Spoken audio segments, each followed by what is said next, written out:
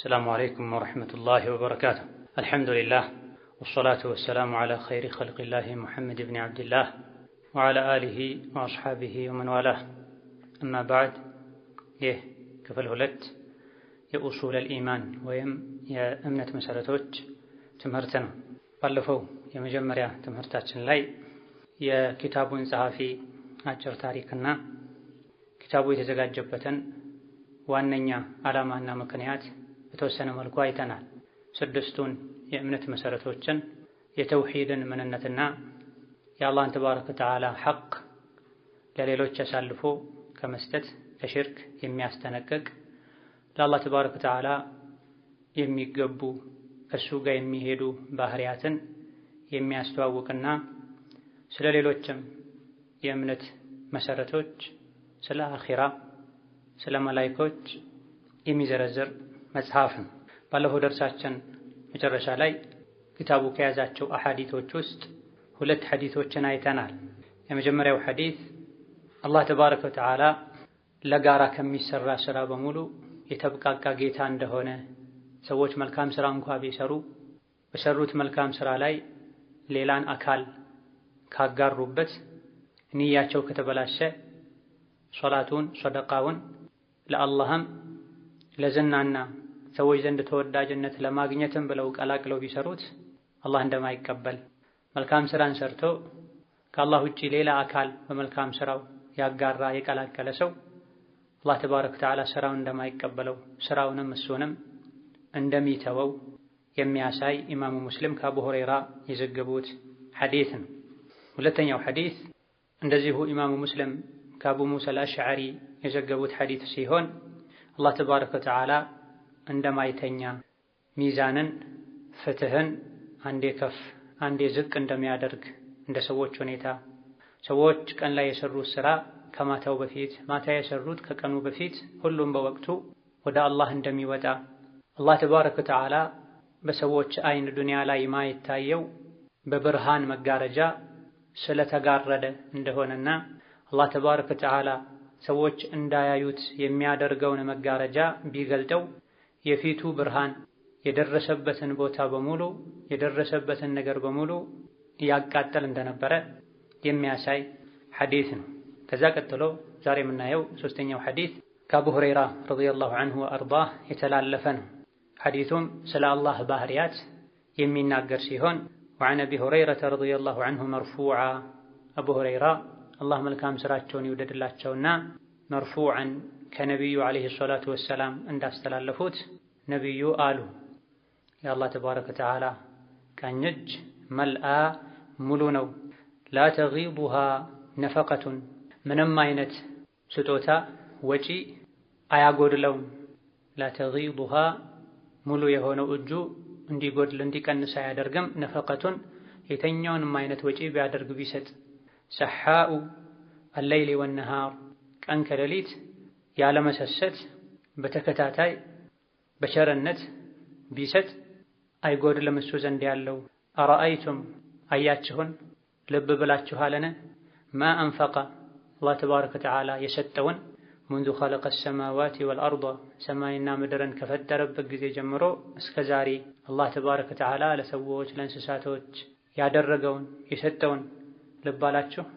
ፈኢነሁ ይሄን ሁሉ ማድረጉ መስጠቱ ለም የጊድ አልቀነሰም ማ ፊ የሚኒሂ ቀኝ እጁ ላይ ያለውን ጸጋ ኒዕማ ምንም እንዲጎድል አላደረገውም።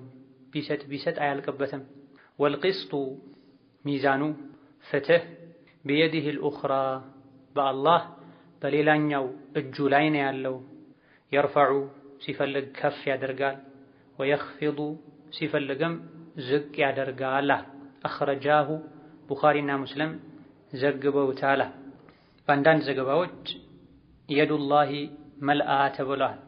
በዚህኛው ዘገባ መሰረት የሚኑላሂ መልአ ነው የሚል የአላህ ቀኝ እጁ ሙሉ ነው። በዚህም ሐዲስ ለአላህ ተባረከ ወተዓላ እጆች እንዳሉት ነብዩ ሰለላሁ ዐለይሂ ወሰለም ተናግረዋል። በቁርአንም ላይ ሱረቱል ማኢዳ 34ኛው አንቀጽ ላይ ሰፍሮ እንደሚገኘው በል የዳሁ መብሱጠታን ዩንፊቁ ከይፈ የሻእ ይላል። የአላህ ተባረከ ወተዓላ እጆቹ የተዘረጉ ናቸው፣ እንደፈለገ ይሰጣል ይለግሳል የሚል አንቀጽ አለ። ወከዛሊክ ሱረቱ ሷድ ቁጥር 75 ላይም ማ መነዐከ አን ተስጁደ ሊማ ኸለቅቱ ቢየደየ የሚል አንቀጽ አለ። ኢብሊስ ሆይ ለአደም ስጁድ አድርግ ስትባል ስጁድ እንዳታደርግ ምን ከለከለህ? በእጆቼ ለፈጠርኩት አደም ብሏል። ከነዚህ የቁርአን ጥቅሶች ከተለያዩ የነቢ ሐዲቶች በመነሳት አህለ ሱና ወልጀማዓ አላሁ ተባረከ ወተዓላ እጆች አሉት ብለው ያምናሉ። በአላህ ተባረከ ወተዓላ መኖር የሚያምን በሙሉ ለአላህ ተባረከ ወተዓላ እንዳሉት በተነገሩ ባህሪያትም ጭምር ማመን ይጠበቅበታል። የአላህን መኖር፣ ሕያው መሆን፣ አዋቂ መሆኑን፣ ሰሚ ተመልካች መሆኑን ሙስሊም የሆነ በሙሉ ያምናል። የአላህን ተባረከ ወተዓላ መኖር ነቢ ነግረውን እንደሚሰማ እንደሚያይ አዋቂ እንደሆነ ነቢ ነግረውን ቁርአን ሐዲስ ነግሮን ያወቅም። እነዚህ ነገሮችን አምነን እንደተቀበልነው ሁሉ ስለ ሌሎችም ስለ አላህ ባህሪያት ቁርአን ሲነግረን ነቢ ሲነግሩን አምነን ልንቀበል ይገባናል። ለአላህ ተባረከ ወተዓላ ሁለት እጆች አሉት። የአላህ ተባረከ ወተዓላ እጆች ራሱን ነው የሚመስሉት። ከሰው ልጆች ወይም ከሌሎች እንስሳት እጅ ጋር ፈጽሞ አይመሳሰልም። ምክንያቱም በአላህ ባህሪያት በአላህ መገለጫዎች ስናምን አላህን ተባረከ ወተዓላ የሚመስል እንደሌለ ከማመን ጋር ነው። አላህ ራሱ አለ፣ ሕያው ነው። የእሱ ሕያውነት ከፍጡራን ሕያውነት ጋር ይመሳሰል።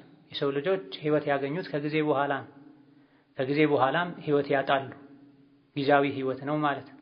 አላህ ተባረከ ወተዓላ ሐይ ነው፣ ቀዩም የመጀመሪያ ነው፣ ለመጀመሪያነቱ መነሻ የለውም። የመጨረሻ ነው፣ ለመጨረሻነቱ ማብቂያ የለውም። እንደሚሰማ እንደሚያይ ተነግሮናል። በዚሁ ክታብ ላይም ይሄን የሚያሳይ ሐዲስ የቁርአን አንቀጽ ይጠቀሳል። አላህ ያያል፣ ይሰማል። የአላህ ማየትና መስማት ራሱን ነው የሚመስለው፣ አላህን ነው የሚመስለው። በማየቱ በመስማቱ በማወቁ በሕያውነቱ ከፍጡራን ጋር ይመሳሰላል እንደማንለው ሁሉ ስለ አላህ በሚነገሩ በሌሎችም ባህሪያት እጆች አሉት። ለአላህ ተባረከ ወተዓላ እግር እንዳለው ነቢይ ተናግረዋል። የቅያም ቀን ለፍርድ ይመጣል፣ በየሌሊቱ ወደ ቅርቡ ሰማይ ይወርዳል ተብሎ የተነገረንን በሙሉ ስናምን ከአላህ ጋር በሚሄድ መልኩ ለሱ በሚገባው መልኩ ከፍጡራን ጋር ሳናመሳሰል እንዲህ ነው ሳንል ከፍጡራን ጋር ይመሳሰልብናል ብለንም ሳናስተባብል አልያ ደግሞ ይሄን አላውቀውም ሳንል ቃሉ በሚያስረዳው መሰረት አምነን እንቀበላለን። ምክንያቱም ለይሰ ከሚስሊሂ ሸይኡን ወሁወ ሰሚዑል በሲር ተብሏል። በሱረቱ አሹራ ቁጥር 11 ላይ ለአላህ ተባረከ ወተዓላ አምሳያ እንደሌለው ነግሮናል። እሱን የሚመስል የለም። ከመሆኑም ጋር ግን ወሁወ ሰሚዕ እሱ ሰሚ ነው፣ መስሚያ አለው።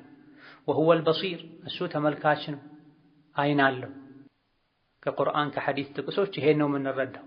ኢስባቱ ሰምዒ ወልበሰሪ ሊላህ ብለው ደጋ ቀደምቶች እነዚህ አንቀጾችን መሰረት አድርገው አላህ አይን አለው፣ ነገር ግን የአላህ ማየት የአላህ መስማት የአላህ አይን ከፍጡራን ጋር አይመሳሰልም። ለምን ካለን አላህ እንደሚሰማ በተነገረበት አንቀጽ በራሱ በሱረቱ ሹራ ቁጥር 11 ለይሰ ከሚስሊሂ ሸይ ተብሏል። እሱ የሚመስል የለም ብሏል። እሱ የሚመስል የለም ከማለቱ ጋር በዛው አንቀጽ አላህ እንደሚሰማ አላህ እንደሚያይ ነግሮናል። አላህ ያያል ያለ ማያ፣ አላህ ይሰማል ያለ መስሚያ አንልም። ይሄ አህለ ሱና ወልጀማዓ አቋም አይደለም። ለአላህ እጆችን እግሮችን አይንን ስናጸድቅ ከሱ ጋር በሚሄድ መልኩ በስም ከፍጡራን ጋር አንድ መሆኑ አለ የተባለው ነገርም በይዘቱ ከሰው ልጆች ጋር ይመሳሰላል ማለትን አያስከትልም። ለሰው ልጅም እግር አለው፣ ለሌሎች በአራት እግር ለሚሄዱ እንስሳትም እግር አላቸው። ፈረስ ዶሮ እግር ስላለው እንዴት አንተ እግር አለህ ትለኛለህ ከእንስሳት ጋር ታመሳስለኛለህ አይባልም። የእንስሳት እግር እንስሳትን ነው የሚመስለው። የእንስሳት እግር ነው፣ ራሱን የቻለ ነው። የሰው ልጆች እጅም ይሁን እግር እነሱን ራሳቸው የሚመስል ነው። ለአላህም አለው ተብሎ የተነገረን እጅ አላህን የሚመስል ነው። በምንም አይመሳሰልም፣ በስም ብቻ ነው የሚመሳሰለው። እጅ እግር የሚባለው ነገር ራሱ የፍጡራን ባህሪ ነው፣ ለአላህ አይገባም ብለው የሚያስተባብሉ አሉ። አላህ ይገባኛል ካለስ፣ ነብዩ ሰለላሁ ዐለይሂ ወሰለም ይገባዋል አለው ካሉስ፣ የሚገባውና ማይገባውን ከአላህ ጋር የሚሄደውና የማይሄደውን የምናውቀው እኛ አይደለን፣ አላህ ራሱ ነው የሚያውቀው። ነቢይ ዓለይሂ ሰላቱ ወሰላም ናቸው የሚያውቁት። ማይገባውን ነግረውናል። አላህም ነግሮናል። አላህ አይበድልም፣ አላህ አይረሳም ብሎናል። ባለፈው ሳምንት በተማርነው ሐዲስ ላይ ኢነላህ ላ የናም አላህ አይተኛም ብሎናል። ቁርአንም ላይ ላ ተእኹዙሁ ሲነቱን ወላ ነውም ብሎናል። ስለዚህ ማይገባውን ነግሮናል። ራሱ ነቢይ ነግረውናል። እጅ፣ እግር፣ ሌሎችም የአላህ ባህሪያት መገለጫ የሚባሉት ማይገቡት ቢሆኑ አላህ አይገባንም ብለን ነበር። ከዚህም አልፎ እንደሚገባው እንዳለው ነግሮን ሳለ ነቢይ ያሳውቀውን ሳለ ይሄ የፍጡራን ባህሪ ነው፣ አላህን አካል ነው፣ ስጋ ነው ማለት ነው፣ ተሽቢህ ነው፣ ተጅሲም ነው ያሉ ሰውን ማደናገር የሚፈልጉ አንጃዎች ስላሉ ለአላህ የሚገባውና ማይገባውን የአላህን ባህሪ መገለጫ ከቁርአን ከሐዲስ ከደጋግ ቀደምቶች የሱና ኪታቦች ልንማር ይገባናል። በዚህ ሐዲስ ላይ አላህ ተባረከ ወተዓላ ሁለት እጆች እንዳሉት ነቢይ ነግረውናል። የሚኑላሂ መልአ፣ የአላህ ቀኝ እጁ ሙሉ ነው። በአንዳንድ ዘገባዎች የዱላሂ መልአ፣ የአላህ እጅ ሙሉ ነው ተብሏል። የሐዲሱ መጨረሻ ላይ ደግሞ በሌላኛው እጁ ተብሏል። በአንዳንድ የኢማም ሙስሊም ዘገባዎች ደግሞ በግራ እጁ ተብሏል። ይሄ ወደ ኋላ ላይ ተመልሰን የምናየው ይሆናል። ለአላህ እጅ እንዳለው በዚህ ሐዲስ ከመነገሩም በተጨማሪ በእጁ ያለውን ሰፊ ሪዝቅ፣ ስጦታ፣ ኸይር አያይዘው ነግረውናል። ላ ተጊዱሃ ነፈቃ፣ ምንም አይነት ስጦታ የአላህን እጅ አያጎድለውም። እጁ ላይ ያለው ምንም አይጎድልም። ቀን ከሌሊት ቢሰጣል የሰው ልጆች በሙሉ ምድር ከተፈጠረችበት የሰው ዘር ምድር ላይ ከተገኘበት ዕለት ጀምሮ እስከ ቅያማ ቀን ድረስ ያሉ የሰው ልጆች በሙሉ አንድ ሜዳ ላይ ተሰብስበው ሁሉም ሓጃቸውን ፍላጎታቸውን ቢዘረዝሩ የሚያስፈልጋቸውን ቢጠይቁ ለሁሉም የተመኘውን የሚያስፈልገውን አላህ ቢሰጥ አላህ ዘንድ ያለው መርፌ ባህር ውስጥ ገብቶ ሲወጣ ይዞት የሚወጣውን ያክል እንኳ አይቀንስም ብለዋል ነብዩ ሰለላሁ ዐለይሂ ወሰለም። ወሁወል ገኒይ ቢዛቲሂ፣ አላህ በራሱ የተብቃቃ ጌታ ነው። ሌሎችም ተብቃቅተው እንዲኖሩ የሚያደርግ ጌታ ነው። ለሁ ማ ፊ ሰማዋቲ ወማ ፊል አርድ፣ ሰማይና ምድር ውስጥ ያለ በሙሉ የሱ ነው። እዛ ሰዎች፣ ጂኖች፣ ሁሉም ፍጥረታት የሚያስፈልጋቸውን ነገር የሚያገኙት ከሱ ዘንድ ነው። ሁሉን የሚሰጣቸው እሱ ነው። ሰማይና ምድርን ከፈጠረበት ጊዜ ጀምሮ እስከ ዛሬ የሰጠውን እስቲ ልብ በሉ አሉ ነብዩ ሰለላሁ ዐለይሂ ወሰለም። አረአይቱም፣ እስቲ አስቡ፣ ተመልከቱ፣ በአይነ ህሊናችሁ ቃኙ። ማ አንፈቀ ሙንዙ ኸለቀ ሰማዋት ወልአርድ፣ ሰማይና ምድርን ከፈጠረበት ጊዜ ጀምሮ እስከ ዛሬ የሰጠውን ያደረገውን እስቲ አስቡታ። ማ ዐንደኩም የንፈድ፣ እናንተ ጋር ያለ ነገር ያልቃል። ወማ ዐንደላሂ ባቅ፣ አላህ ዘንድ ያለ ደግሞ ይቀራል አያልቅም ብላ። የሰጠውን ቢሰጥ አላህ ዘንድ ያለው አያልቅም። ለሰው ለእንስሳት፣ ለምናውቃቸው ለማናውቃቸው ፍጡሮች በሙሉ የሚያበላው የሚያጠጣው እሱ ነው። ወማ ሚን ዳበትን ኢላ ዐለላሂ ሪዝቁሃ፣ ምድር ላይ አንዲት ተንቀሳቃሽ የለችም፣ ሰውም ይሁን ከሰው በታች ያለ ፍጡር፣ የብስ ላይ የሚኖርም ይሁን ባህር ውስጥ፣ ሪዝቁ አላህ ላይ ነው ያለው። አላህ ነው የሚያበላው፣ አላህ ነው የሚያጠጣው። የሰው ልጅ የሚማረው የሚሰራው ጥሩ ኑሮ ለመኖር ነው።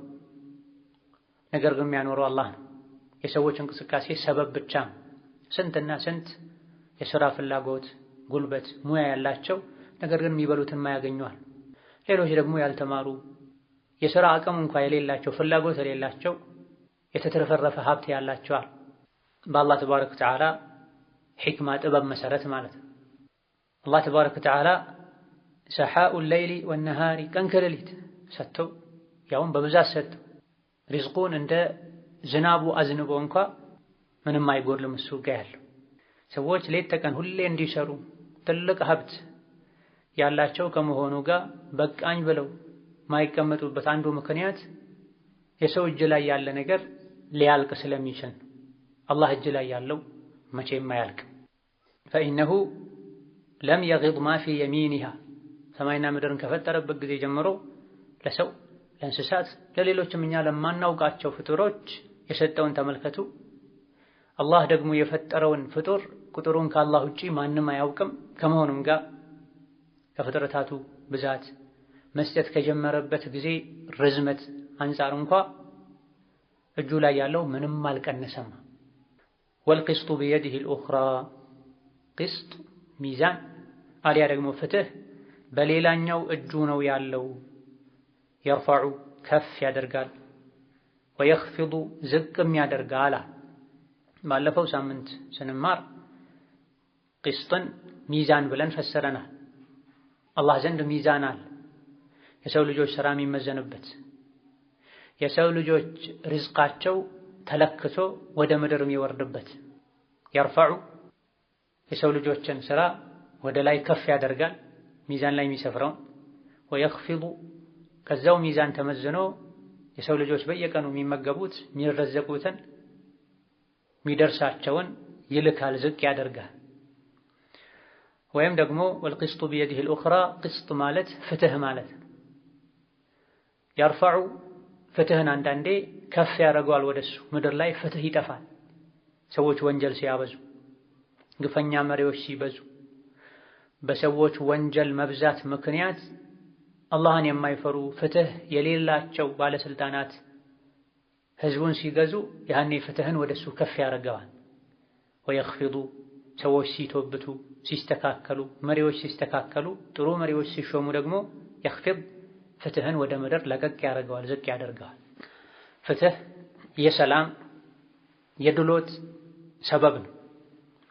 ፍትህ ሲኖር ነው ሰዎች በእኩልነት ሐቃቸው ተጠብቆ መኖር የሚችሉት። ፍትህ ሲጠፋ ሰላም ይጠፋል።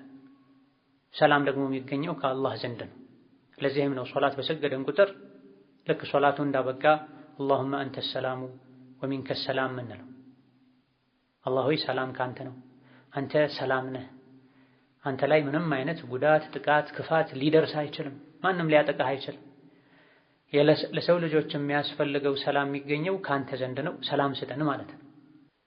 እኛ ምድር ላይ ሰላማዊ ሰዎች ስንሆን ወላጆች የልጆቻቸውን ሐቅ ሲጠብቁ፣ ልጆች የወላጆቻቸውን ሐቅ ሲጠብቁ፣ ሚስት የባሏን ሐቅ፣ ባል የሚስቱን ሐቅ ሲጠብቅ፣ ጎረቤት የጎረቤቱን ሐቅ ሲጠብቅ፣ አሰሪ የሰራተኛውን፣ ሰራተኛ የአሰሪውን ሐቅ፣ አስተማሪ የተማሪን፣ ተማሪ የአስተማሪን ሐቅ ሲጠብቅ ምድር ሰላማዊ ትሆናለች። ሰዎች እርስ በርሳቸው ሰላማዊ ሲሆኑ አላህ ሰላም ይጨምርላቸው።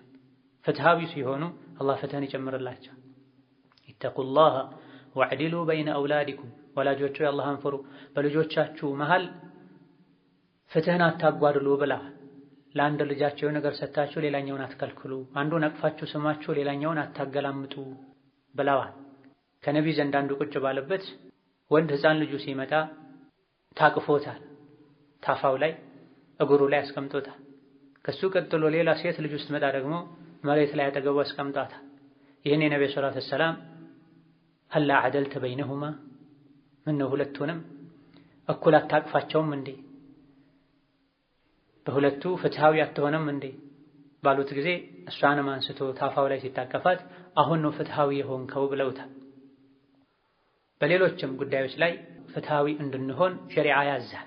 ምድር ላይ ሰዎች በሁሉም ነገር ፍትህን መሰረት አድርገው ሲጓዙ፣ ሲወዱ፣ ሲጠሉ፣ ሲቀርቡ፣ ሲርቁ፣ ሲናገሩ፣ ስለ ሰዎች ማንነት ለሌሎች ሲናገሩ ሐቁን የተናገሩ ራሳቸው ላይ እንኳ ቢሆን ጥፋተኛ ሲሆኑ ጥፋተኝነታቸውን ሲያምኑ ወለው ዐላ አንፉሲኩም አዊል ዋሊደይኒ ወልአቅረቢን፣ ለወላጆች እንኳ ቢሆን ለዘመድ እንኳ ቢሆን ሸሪዓ ፍትህ በሚያዘው መልኩ ሲፈርዱና ሲናገሩ ምድር ላይ ፍትህ ይበዛል። ፍትህ ሲበዛ አላህ ተባረከ ወተዓላ የሰው ልጆች በሰላም እንዲኖሩ ያደርጋል። የፍትህን መንገድ ሲከተሉ ፍትህን ለቀቅ ያደርገዋል። ምድር ላይ እንዲኖር ሰዎች ፍትሃዊ እንዲሆኑ ያደርጋል። ፍትህን ሲያጎድሉ ደግሞ ፍትህ ይጠፋል ከምድር ላይ። ወልቅስጡ ቢየዲሂ አልኡኽራ የኽፊዱ የርፈዑ ወየኽፊዳል። በዚህ ሐዲስ ላይ ቢየዲሂ አልኡኽራ ሌላኛው እጁ፣ አንደኛው እጁ ቀኝ ይባላል። ሌላኛው ሁለተኛው እጁ ሌላኛው እጅ ነው የሚባለው። በዚህ ሐዲስ መሰረት ግራ አይባልም።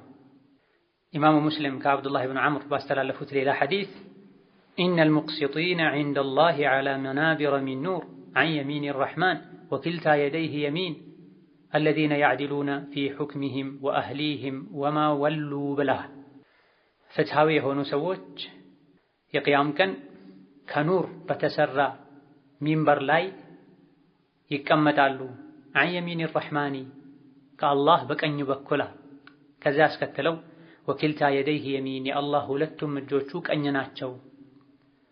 የቅያም ቀን ከብርሃን በሆነ መቀመጫ ላይ ከአላህ በቀኝ በኩል ይቀመጣሉ የተባሉ ሰዎች ሙቅሲጦች አለዚነ ያዕዲሉነ ፊ ሑክሚሂም የተኛውንም አይነት ፍርድ ሲፈርዱ ፍትህን መሰረት አድርገው የሚፈርዱ የሚናገሩ ወአህሊሂም በቤተሰቦቻቸውም በትዳር አጋርም ይሁን በልጆቻቸው ጉዳይ ላይ ፍትሃዊ የሚሆኑ ኃላፊነት ስልጣን በተሰጣቸው ነገር ላይም በፍትህ የሚመሩ የሆኑ ሰዎች ናቸው።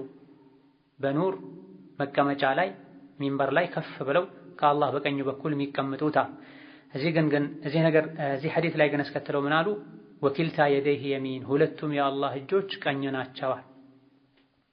ምን ማለት ነው? ሁለቱም የአላህ እጆች ቀኝ ናቸው ማለት ከመስጠት አንጻር ከሙሉነት አንጻር ማለት ነው። ልክ እንደ ሰዎች አንድ ቀኝ እጅ ጠንካራ ጥሩ የሚወደድ ግራ እጅ ደግሞ ደካማ የመጥፎ የጉድለት ምሳሌ የሚደረግ አይደለም። ለአላህ ሲሆን ሁለቱም እጆቹ ልክ እንደ ቀኝ ናቸው። አንዱ ቀኝ ሌላኛው ግራ ቢባልም ቢሆንም ነገር ግን ከክብር አንጻር ከሙሉነት አንጻር የአላህ ሁለቱም እጆቹ ቀኝ ናቸዋል። ወኪልታ የደይህ የሚኑን ሙቅሲጦች ፍትሃዊ የሆኑ ሰዎች የቅያም ቀን ከአላህ በቀኝ በኩል ነው የሚቀመጡት ሲባል ግራው ልክ እንደ ዱንያ በደረጃ ዝቅ ያለ እንዳይመስል ወኪልታ የደይህ የሚናል ሁለቱም የአላህ እጆች የሚን ናቸው ቀኝ ናቸው የተከበሩ ናቸው ማለታቸው። ወልቅስቱ ቢየዲህ አልኡኽራ ፍትህ ሚዛን በሌላኛው እጁ ነው የሚለው ሐዲቱ እዚህ ያለው። ነገር ግን ሌላ ኢማሙ ሙስሊም ከአብዱላህ ብን ዑመር በዘገቡት ሐዲስ አላህ ተባረከ ወተዓላ የቅያም ቀን ሰማያትን ይጠቀልላቸዋል፣ ከዛም በቀኝ እጁ ይይዛቸዋል። እኔ ነኝ ንጉሱ፣ እኔ ነኝ ጀባሩ ኩራተኛው ይላል። ከዛ በኋላ ምድሮችን አልአረዲና ሰባት ምድሮችን ይጠቀልላቸዋል፣ በግራ እጁ ያደርጋቸዋል። ከዛም እኔ ነኝ ንጉሱ፣ እኔ ነኝ ኩራተኛው፣ የታሉ የአዱንያ ንጉሶች፣ የታሉ ኩራተኞች ይላል የሚል ሐዲስ አለ። በዚህ ሐዲስ ሰባት ሰማያትን ጠቅልሎ በቀኝ እጁ ይዛቸዋል፣ ሰባት ምድሮችንም ጠቅልሎ በግራ እጁ ይዛቸዋል ተብሏል። በኢማም ሙስሊም ዘገባ መሰረት አንድ እጁ ቀኝ ሌላኛው እጁ ግራ እንደሚባል ያሳያል ተነግሯል። ነገር ግን አንዳንድ ዑለሞች እቺ ግራ የምትለዋ ቃል የብዙሃንን ዘገባ ተቃርና የመጣች ናት። ሌሎች አብዛኞቹ ዘጋቢዎች ሌላኛው እጁ በሌላኛው እጁ ያሉ ነው ያስተላለፉት። በግራ እጁ የምትለዋ ቃል ሐዲሱ ላይ ሻድ ናት ብላ። ሻድ ማለት 10 ሰዎች ከ10 ሰዎች ውስጥ 9ኙ አንድ ነገር ብለው አንዱ 9ኙ ያላሉትን ያለ እንደሆነ ሻድ ይባላል። ስለዚህ አብዛኛዎቹ ዘገባዎች ሌላኛው እጁ ነው የሚሉት። ግራ እጁ የምትለዋ ዘገባ ወይም ቃል ሌሎችን ስለምትቃረን ብዙሃንን ስለምትቃረን በሌላኛው እጁ ማለቱ የተሻለ ይሆናል፣ ግራ አይባልም። ነገር ግን ሌሎች ዑለሞች ግራም ቀኝም እንዳለው እናጸድቃለን። ነገር ግን ነቢያችን ወኪልታ የደይህ የሚኑን ሁለቱም እጁ ቀኝ ነው ብለዋል ነብዩ ከክብር አንጻር ከሙሉነት አንጻር። በዚህ መሰረት እንደ ስያሜ ግራ ቀኝ ብንል የአላህ እጆችን ችግር የለውም። ሁለቱም የአላህ እጆች በክብር በሙሉነት ቀኝ ናቸው ብለን ከማመን ጋር ብለዋል። ይሄን ከመረጡ ዑለሞች አንዱ ሸይኹል ኢስላም ሙሐመድ ብን አብዱል ወሃብ ይሄን መጽሐፍ ያዘጋጁት ኢማም ራሳቸው ናቸው። ኪታቡ ተውሂድ ላይ መሳኢል ሲዘረዝሩ አተስሪሑ ቢተስሚየቲሃ አሽማል የአላህ ተባረከ ወተዓላ ሌላኛው እጁ ግራ እጁ ቢባል ችግር እንደሌለው እንረዳለን ብለዋል። ይሄን ሐዲስ መሰረት በማድረግ ይህ ተጨማሪ ነገር ነው። ዋናው ነገር ለአላህ ተባረከ ወተዓላ የእጅን ባህሪ የእጅን መገለጫ ማጽደቅ ነው። ይሄም በቁርአን በሐዲስ በሱሐባ በታቢዒዎች ስምምነት ተነግሯል። ከዚህ ጋር ተያይዞ ደግሞ የአላህ እጅ ሙሉ እንደሆነ የአላህ እጅ ሁለቱም በክብር በሙሉነት ቀኝ እንደሆኑ አላህ ተባረከ ወተዓላ ለሰው ልጆች የሚያስፈልጋቸውን ነገር በሙሉ ቢሰጥ እንደማያልቅበት ፍትህ በሱ እጅ እንዳለ ፍትሃዊ ስንሆን አላህን ስንፈራ ምድር ላይ ፍትህ እንደሚሰፍን ፍትሃዊነትን ስንተው ሸሪዓን ስንጥስ ፍትህ እንደሚጠፋ ፍትህ ሲጠፋ ወንጀል ላይ ዙልም ግፍ ላይ እንደምንወድቅ ግፍ ላይ ስንወድቅ አላህ እንደሚጠላን እንደሚቀጣን ልንረዳ ይገባናል። ወከዛሊክ የአላህ ተባረከ ወተዓላ እጁ ሙሉ ነው፣ ቀን ከሌሊት ቢሰጥ አያልቅበትም ተብሏል። መጠየቅ ስንፈልግ አቅመ ደካማን፣ ሚጠላንን፣ ሚሸሽብንን፣ ፊቱን የሚያዞርብንን ደካማ መክሉቅ ከመጠየቅ ይልቅ አላህን ተባረከ ወተዓላ ልንጠይቅ ይገባናል። አላሁ የግበቡ ሒነ ተትሩኩ ሱአለሁ። አላህ ተባረከ ወተዓላ እሱን መጠየቅ ሰዎች ሲተዉ ሲያቆሙ ይቆጣል። የሰው ልጅ ሲጠይቁት ፊቱን ያዞራል፣ ጠየቃችሁኝ ብሎ ይቆጣል ተብሎ አላህ በሩን ሲያንኳኩ ይከፍታል። ምን ፈለጋችሁ ምን ልስጣችሁ ይላል። የሰው ልጅ በሩን ሲያንኳኩ ፊቱን ያዞራል፣ የሰው ፊት ላይ በሩን ይዘጋል። የሰው ልጆች ሆይ ሁላችሁም የተራባችሁ ናችሁ፣ አብላኝ በሉኝ አበላችኋለሁ፣ የታረዛችሁ ናችሁ፣ አልብሰኝ በሉኝ አለብሳችኋለሁ ብሏል። ሲጠይቁት ይወዳል። እሱን መጠየቅ ሲያቆሙ ይቆጣል። መን ለም የስአልላህ የግበብ ዐለይህ የሚል ሐዲት አለ። አላህን ያልለመነ ያልጠየቀ አላህ ይቆጣዋል ተብሏል። ከአላህ ተባረከ ወተዓላ ምንም ሳያጡ መቃብርን፣ ወልይን የሚለምኑ የሚጠይቁ ሰዎች ቅርብ ነኝ ከማለቱ ጋር አላህ ታዲያ ለምንድን ነው ሁሌ እለምነዋለሁ ያልኩትን ማያደርግልኝ በምን ምክንያት ነው የተባለ እንደሆነ ወይም እኛ አላህን ስላልታዘዝን ነው፣ መስፈርቱን አጉድለን ነው። ወኢዛ ሰአለከ ዒባዲ ዐኒ ፈኢኒ ቀሪቡን ኡጂቡ ደዕወተ ዳዒ ኢዛ ደዓን ፈልየስተጂቡ ሊ። እኔ ለባሮቼ ቅርብ ነኝ፣ የተጣሪን ጥሪ እሰማለሁ፣ የለማኝን ልመና መልስ እሰጣለሁ። ነገር ግን ፈልየስተጂቡ ሊ እኔ የምላቸውን ይስሙ ቀድመው ብሏል። ሶላትን በአግባቡ ሳንሰገድ፣ ሴት ልጅ ሒጃቧን በአግባቡ ሳታደርግ፣ አይናቸውን ሳይጠብቁ፣ ብልታቸውን ሳይጠብቁ አላህን ተባረከ ወተዓላ ያመፁ እጅ አንስተው ዱዓ ቢያደርጉ መስፈርቱ አልተሟላም። ፈልየስተጂቡ ሊ የቁርአን አንቀጽ። እሺ እላቸዋለሁ፣ የጠየቁኝን እሰጣቸዋለሁ፣ እኔ የምላቸውን እሺ ይበሉ፣ በእኔም ትክክለኛውን ኢማን ይመኑ፣ በእኔ ትክክለኛውን ኢማን ይመኑ። የጠየቁኝን ሁሉ መስጠት እንደምችል፣ የጠራኝን ሁሉ መስማት እንደምችል እርግጠኛ ይሆኑ። ኢማንና ታዛዥነት ያስፈልጋል ዱዓችን መቅቡል እንዲሆን። ይሄም ተሟልቶ አንዳንዴ የዱዓውን መልስ እዚህ ዱንያ ላይ ቶሎ ላናየው እንችላለን። ምክንያቱ ሌላ ነው። አላህ ስለማይሰማ ሳይሆን መስጠት ስለማይችል ሳይሆን ለሚያውቀው ጥበብ ሒክማ ሊያቆየው ይችላል። ይሄም በግልጽ ሐዲስ ላይ ተነግሯል። አላህ ተባረከ ወተዓላ ከሪም ነው፣ ቸር ነው፣ ሐይይ ነው፣ ለባሮቹ ሐያ የሚያረግ ነው። አንዳችሁ እጁን አንስቶ ጌታውን ለምኖ ባዶ እጁን አይመልሰውም ብለዋል። ታዲያ ስንት ጊዜ ለመንኩኝ ያልኩት አልሆነም ካለን ሌላ ሐዲስ ላይ አንዳችሁ ዱዓ ካደረገ ከሶስት አንዱን አያጣም ብለዋል። ወይም የጠየቀውን ያገኛል ራሱን። ስንትና ስንት ጊዜ አግኝተናል ወሊላሂ አልሐምድ። ከልባችን ዱዓ ካረገን ዛሬ ባይገኝ ነገ፣ ከነገ ወዲያ፣ የዛሬ ሳምንት፣ የዛሬ ወር ለኛ አስፈላጊ በሆነው ሰዓት ሊመጣ ይችላል። ብዙ ጊዜ ሰዎች የሚጠይቁት የሚፈልጉትን እንጂ የሚያስፈልጋቸውን ላይሆን ይችላል። ከሚያስፈልገው በላይ ምናልባት የሚጎዳቸውን ነገር ሊጠይቁ ይችላል። ስለዚህ ይጠቅማል የተባለበት ሰዓት ላይ አላህ ሊያደርገው ይችላል። የጠየቁትን ራሱን ሊያገኙ ይችላሉ። አሊያ ደግሞ ለአኺራ ሊቀመጥላቸው ይችላል። ጀዛው መጾም፣ ሰደቃ መስጠት፣ ቁርአን መቅራት አጅር እንደሚያስገኘው ሁሉ እጅ አንስቶ አላህን መለመንም አጅር ያስገኛል። ዒባዳ ነው። አጅሩ ለአኺራ ይቀመጣል። ሁለተኛ ሶስተኛው ምን ቢያጡ በዱዓቸው ሊመጣባቸው ሊደርስባቸው የነበረን በላ ሙሲባ፣ የባሰ አደጋ አላህ ይከላከልላቸዋል። አፊያ አድርገኝ፣ ታመምኩኝ፣ በቃኝ ያሉ ዱዓ ሊያደርጉ ይችላሉ። የባሰ ሙሲባና በሽታ ሊመጣባቸው ነበር፣ ዱዓው ይመልስላቸዋል፣ አተረፉ ማለት ነው። ኢዛ አላህን ትቶ ሌላ ቦታ ከመሄድ ሌላን ከመለመን መጠንቀቅ ያስፈልጋል። አለይሰ አላሁ ቢካፊን ዐብደሁ። አላህ ተባረከ ወተዓላ ለባሮቹ በቂ አይደለም እንዴ? ከሱ ምን ጠፍቶ ምን ታቶ እኛ በአግባቡ መለመን ባለመቻላችን እንጂ። وعن أبي ذر رضي الله عنه أبو ذر الله ملكام سراچون يوددلاچونا قال قالوا رأى رسول الله صلى الله عليه وسلم يا الله ملكتኛ አዩ ሻተይኒ ሁለት በጎችን ተንተጢሓኒ በቀንዳቸው የሚዋጉ እርስ በርሳቸው የሚዋጉ በጎችን አዩ። فقال قالوا أتدري ታውቃለህ እንዴ አቡ ዘር ሆይ ፊማ ተንተጢሓኒ ለምን በምን እንደሚዋጉ ታውቃለህ እንዴ ያ አባ ዘር አንተ አቡ ዘር አሏቸው።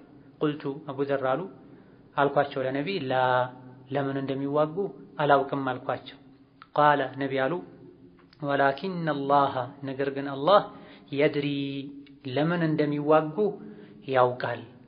ወሰየሕኩሙ በይነሁማ በእነዚህ በሁለት እርስ በርሳቸው በሚጣሉ በሚዋጉ በጎች መካከልም አላህ ፍርድ ይሰጣል አሉ አቡ ዘር ረዲየላሁ ዐንሁ። ረዋሁ አሕመድ ኢማም አሕመድና ሌሎችም እነ አቡ ዳውድ አጠያሊሲ አጠበሪ የዘገቡት ትክክለኛ ሐዲስ ነው። በዚህ ሐዲስ የአላህን ተባረከ ወተዓላ ሁሉን ነገር አዋቂነት ነቢዩ ነግረውናል። አላህ ማያውቀው ነገር የለም። በአላህ ተባረከ ወተዓላ ከማመን አንዱ አዋቂነቱን ማመን ነው። ሁሉን ነገር የፈጠረው እሱ ብቻ ነው። ዒባዳ በሙሉ የሚገባው ለሱ ብቻ ነው። መልካም ስምና መልካም ባህሪያትም ይገቡታል ብለን እናምናለን። ከመልካም ባህሪያቱ አንዱ አላህ ሁሉን ያውቃል። ሰማይም ምድርም ውስጥ ያለው ላ የኽፋ ዐለይሂ ሸይ፣ ከሱ ምንም የሚሰወር ነገር የለም። ፊል አርዲ ወላ ፊሰማ፣ ሰማይም ውስጥ ይሁን ምድር ውስጥ ካሉ ነገሮች፣ ባህር ውስጥ ካሉ ነገሮች ከአላህ የሚሰወር ነገር የለም። በር ተዘግቶ መብራት ጠፍቶ የሚደረገውንም ጭምር ያውቃል። ልብ ውስጥ የሚታሰበውንም ጭምር ያውቃል። ከሰው አልፎ ሩቅ የሆኑ ስውር የሆኑ ጂኖችም ጭምር የሚያደርጉትን ያውቃል። አቡ ዘር አልጊፋሪ ረዲየላሁ ዐንሁ ወአርዳህ ስማቸው ጁንዱብ ኢብኑ ጁናዳ ይባላል በትክክለኛው የዑለሞች ምርጫ መሰረት። ሌሎችም ስሞች እንዳሏቸው ተነግሯል። ትክክለኛው ግን ይሄ ነው። የረሱሉ ዐለይሂ ሰላቱ ወሰላም ታላቅ ሶሐቢ ባልደረባ ናቸው። ለእሳቸው ቅርብ ሰው ናቸው። እጅግ በጣም አላህን የሚፈሩ ዱንያን ቸላ ያሉ በዕልም በደረጃ ከአብዱላህ ብን መስዑድ ጋር የሚመሳሰሉ የሚቀራረቡ ሰው ናቸው። ቀደም ብለው ከሰለሙት ሰሐቦችም የሚመደቡ ናቸው። አብዱላህ ብን መስዑድ 6ኛ ናቸው። አቡ ዘር 5ኛ ሰው ናቸው። ያኒ ምድር ላይ ነብዩ ሰለላሁ ዐለይሂ ወሰለም ዳዕዋ ማድረግ ወደ እስላም መጣራት ሲጀምሩ እሺ ብለው ወደ ኢስላም ከገቡ ብዙ ሰዎች ውስጥ በ5ኛ ደረጃ ያሉት 5ኛ ወደ እስላም የገባ ሰው አቡ ዘር አልጊፋሪ ናቸው። እስላምን ፈልገው ራሳቸው አጣርተው ሸሃዳ ይዘዋል። ከዛም ከነቢይ ሸሃዳን ከተቀበሉ ከሰለሙ በኋላ ወደ ቤተሰቦቻቸው ወደ ሀገራቸው ሰዎች ተመልሰው አብረዋቸው ያስተማሯቸው እንዲቆዩ ነቢይ ልከዋቸዋል። ጊፋር የአቡ ዘር አልጊፋሪ ቤተሰቦች ገፈረ አላሁ ለሃ አላህ ይማራቸው ብለው ነቢዩ ዱዓ አድርገውላቸዋል። ማ አቀለት አልገብራኡ አስደቀ ለህጀተን ሚን አቢ ዘርን ያሉላቸው ሰውም ናቸው። በነቢ አንደበት ምድር ላይ ከሚንቀሳቀሱ ሰዎች ውስጥ ከአቡ ዘር የበለጠ ምላሱ እውነተኛ የሆነ ሰው የለም ብለውላቸው። ማ አቀለት አልገብራ ምድር አልተሸከመችም። አስደቁ ለህጀተን በንግግር ይበልጥ እውነተኛ የሆነን ሰው ሚን አቢ ዘርን ከአቡ ዘር በላይ ብለዋል። ረዲየላሁ ዐንሁ ወአርዳህ ሰይም ወፈር ያሉ በዛ ያለ ጺም የነበራቸው ሰው እንደነበሩም ታሪካቸው ላይ ተነግሯል። ሰሐቦችን በዚህ መልኩ አኽላቃቸውን፣ እውቀታቸውን፣ የዕልም ደረጃቸውን፣ አጠቃላይ ገጽታቸውን ስንሰማ ከሰሐቦች ጋር አብረን ያለን ይመስለናል። ልባችን ለኢማን ይነሳሳል። ስለነሱ የተነገረውን ባህሪ ለመላበስ ጥረት እናደርጋለን። እንደ ሂጅራ 32ኛው ዓመት ላይ ሞተው ከጌታቸው ጋር ተገናኝተዋል። ረብዛ የሚባል ስፍራ ላይ መዲና ውስጥ ረዲየላሁ ዐንሁ ወዐን ጀሚዕ ሶሐበቲ ሙሐመድን ዐለይሂ ሰላቱ ወሰላም።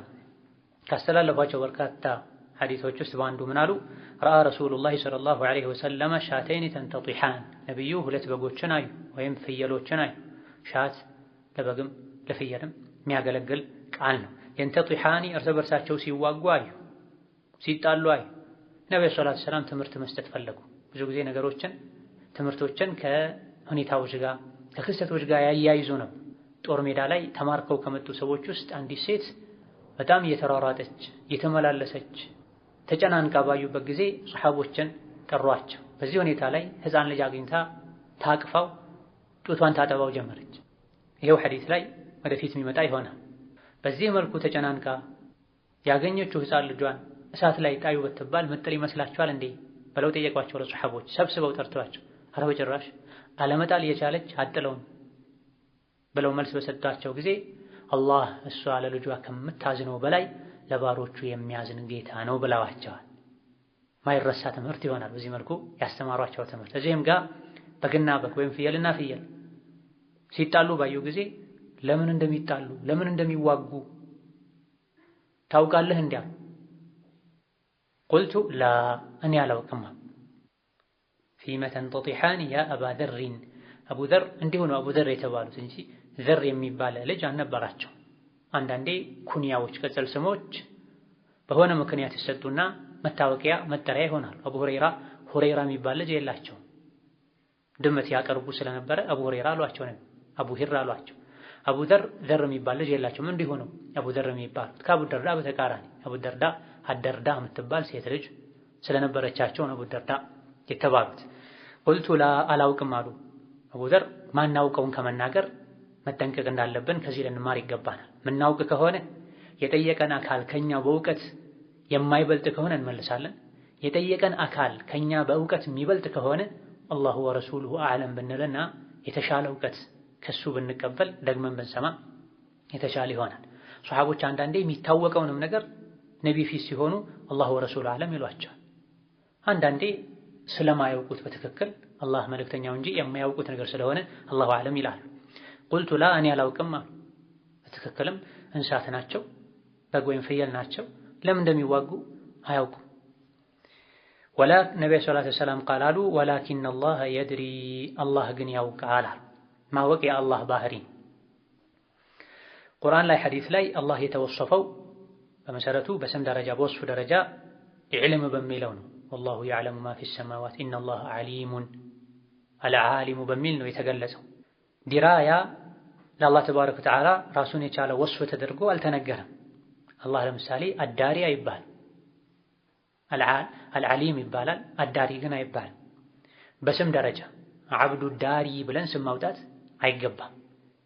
አብዱል ዓሊም ብለን ግን ስም ብናወጣ፣ አብዱል ዓለም ብለን ስም ብናወጣ ችግር አይኖርም። ዲራያ ግን በዕልም ውስጥ የሚካተት ባህሪ ነው። ዕልም እውቀት የሚለው የሚያካተተው ነው። ወላኪን አላህ የድሪ አላህ ያውቃል ለምን እንደሚዋጉ ማወቅ ብቻም አይደለም። ወሰየሕኩሙ በይነሁማ በሁለቱ መሃልም ይፈርዳል። በበግና በግ መሃል አላህ ፍርድ ይሰጣል። ለዚህም ነው በሌላ አቡ ሁረይራ በዘገቡት ሐዲስ ለቱአዱነ አልሑቁቀ ኢላ አህሊሃ የውመል ቂያማ ያንዳንዳችሁ ሐቆችን መብቶችን ወደ ባለቤቶቻቸው የቂያም ቀን ትመልሳላችሁ። ዛሬ ዱንያ ላይ ባትመልሱ ብትክዱ የቂያም ቀን መመለሳችሁ አይቀርም። ሐታ ዩቃደ ሊሻቲል ጀልሓኢ ሚነ ሻቲል ቀርናኢ አይደለም ሰው የሰውን ሐቅ ወስዶ ክዶ አኺራ ላይ ዝም ሊባል ሊረሳ አይቀርና ቀንድ ያላት በግ ቀንድ የሌላትን በግ ዱንያ ላይ ወግታ ከሆነ ሐቋን እንድታገኝ ይደረጋል። ቀንድ ያልነበራት ቀንድ ተደርጎላት ዱንያ ላይ በቀንዷ የወጋቻትን በግ ወይም ፍየል እንዲወጋ ይደረጋል ብሏል ነብዩ ሰለላሁ ዐለይሂ ወሰለም። ለቱአዱነ አልሑቁቅ ያ ቀን ሳይመጣ በፊት ዛሬ ሐቆችን መልሱ። የሰረቀው ንብረት ሊመልስ፣ የሰው ስም ያጠፋ በሌለበት ስሙን ያጠፋ የሌለበትን የለጠፈ እዚሁ ዱንያ ላይ ሊያስተካክል ይገባል። ካልሆነ ግን አኺራ ላይ ወርቅ ብር ካሳ በሌለበት ዕለት ከአካላችሁ ከስጋችሁ አኺራ ላይ ትከፍላላችሁ። የበደላችኋቸው ሰዎችን ወንጀል ትሸከማላችሁ። በእነሱ ጥፋት ትቀጣላችሁ። ከሰው አልፎ ለእንስሳት ሁሉ ሐቃቸው እንዲመለስ ይደረጋል ተብሏል። ብዙ ጊዜ ሰዎች ይጨቃጨቃሉ፣ ይጣላሉ፣ እርስ በርሳቸው ይወነጃጀላሉ። አንተ ነህ እንዲህ ያልከው፣ አንቺ ነሽ እንዲህ ያደረግሽው፣ አንተ ጋር ነው ጥፋቱ፣ አንቺ ጋር ነው ጥፋቱ ይባባላል። አይተማመኑም ጥቂት አላህን የሚፈሩ ሰዎች ካልሆኑ በስተቀር። በዚሁ ምክንያት ሰዎች እርስ በርሳቸው አንዱ ሌላኛውን በዳይ አንዱ ሌላኛውን ጨካኝ አጥፊ አድርገው በጥላቻ እየተያዩ ይኖራል። የቂያም ቀን ማን ነበረ ትክክለኛ ጥፋተኛው በዳዩ? ያኔ አላህ ተባረከ ወተዓላ ይፈርዳል። وعن أبي هريرة رضي الله عنه أبو هريرة الله መልካም ስራቸውን ይወደድላቸውና أن رسول الله صلى الله عليه وسلم يا الله መልእክተኛ قرأ هذه الآية ይሄን አንቀጽ አነበቡ። ቀጥሎ ያለውን إن الله يأمركم الله ያዛችኋል أن تؤدوا الأمانات አደራዎችን አማናዎችን እንድትመልሱ إلى أهلها ወደ ባለቤታቸው አደራዎችን ወደ ባለቤታቸው ወደ ባለ ሐቁ እንድትመልሱ ያዛችኋል የሚለውን አንቀጽ ቀሩ። ኢላ ቀውሊሂ አንቀጹን ሙሉውን ቀሩት እስከሚለው ድረስ ኢነላሃ ካነ ሰሚዐን አላህ ተባረከ ወተዓላ ሁሉን የሚሰማ በሲራ ሁሉን የሚያይ ጌታ ነው እስከሚለው ድረስ ቀሩ። የሱረቱ አኒሳ 58ኛውን አንቀጽ ወየضዑ ኢብሃመይሂ አውራ ጣታቸውን እያስቀመጡ ዐላ ኡዙነይሂ ጆሮአቸው ላይ ወለቲ ተሊሃ ከአውራ ጣት ቀጥሎ ያለውን አመልካች ጣትን ደግሞ እያስቀመጡ ዐላ ዐይነይሂ አይኖቻቸው ላይ እያስቀመጡ አላህ ሰሚ ነው፣ አላህ ተመልካች ነው የሚለውን አንቀጽ አነበቡ። ረዋሁ አቡ ዳውድ ኢማም አቡ ዳውድ ወብኑ ሒባን ኢብኑ ሒባን ወብኑ አቢ ሓቲም ኢብን አቢ ሓቲም የሚባሉ የሐዲስ ዘጋቢዎች ጸሐፊዎች ዘግበውታል፣ አስተላልፈውታል። ሐዲሱ ሰነዱ ትክክለኛ የሆነ ሐዲስ ነው። በዚህ ሐዲስ አላህ ተባረከ ወተዓላ መስሚያ እንዳለው፣ አይን እንዳለው፣ ሁሉን እንደሚያይ፣ ሁሉን እንደሚሰማ መንገር ነው የተፈለገው።